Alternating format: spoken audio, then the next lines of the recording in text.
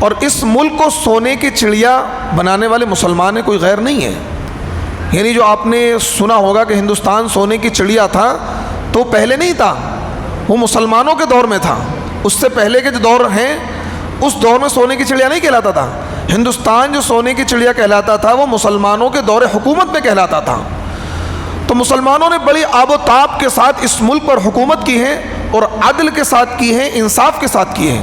ایسا نہیں، کیونکہ کوئی بھی انسان ظلم کے ساتھ اتنی لمبی حکومت نہیں کر سکتا ہے. 1000 سال ظلم کے ساتھ کوئی حکومت کر لے نہیں کر سکتا ہے. اور جیسا کہ بعض ہمارے جو مسلم حکمراں گزرے ہیں ان کے تعلق سے طرح طرح کی باتیں پھیلائی جاتی ہیں، ان کے خلاف نیگیٹیوٹی پھیلائی جاتی ہے، خصوصاً حضرت اورنگزیب رحمۃ اللہ علیہ کے تعلق سے کہ انہوں نے ہندوؤں پر ظلم کیا. ایسا کچھ نہیں ہے. آپ تاریخ کو ذرا غور سے پڑھیں تو آپ کو پتہ لگے گا کہ ہندو مسلم اتحاد کے علم بردار تھے اورنگزیب رحمۃ اللہ علیہ نے اپنے دور میں بہت سے مندروں کو جگہ بھی الاٹ کی ہے، بہت سارے مندروں کو اپنے سرکاری فنڈ سے فنڈ بھی دیا ہے، اور انہوں نے عدل اور انصاف کے ساتھ اس ملک میں حکومت کی ہے. انہوں نے ہندو مسلم نہیں کیا.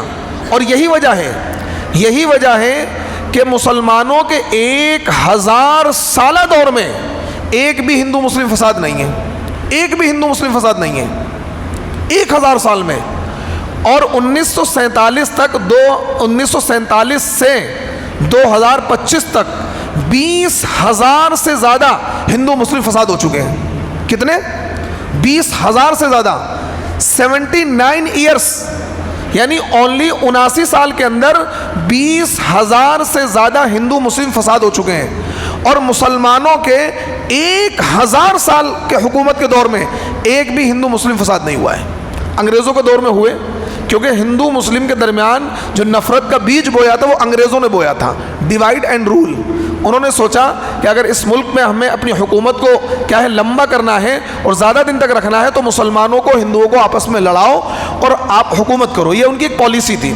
خیر، تو آپ کو بتانا مقصد یہ ہے کہ مسلمانوں نے اس ملک میں جو حکومت کی ہے اس 1000 سالہ دور میں پورے ہندوستان کے لوگوں کو چیلنج کرتا ہوں کہ مجھے ایک فساد لا کر دکھا دیں کہ کوئی ہندو مسلم فساد ہوا ہو.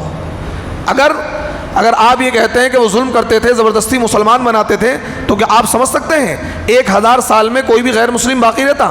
سارے مسلمان ہو جاتے.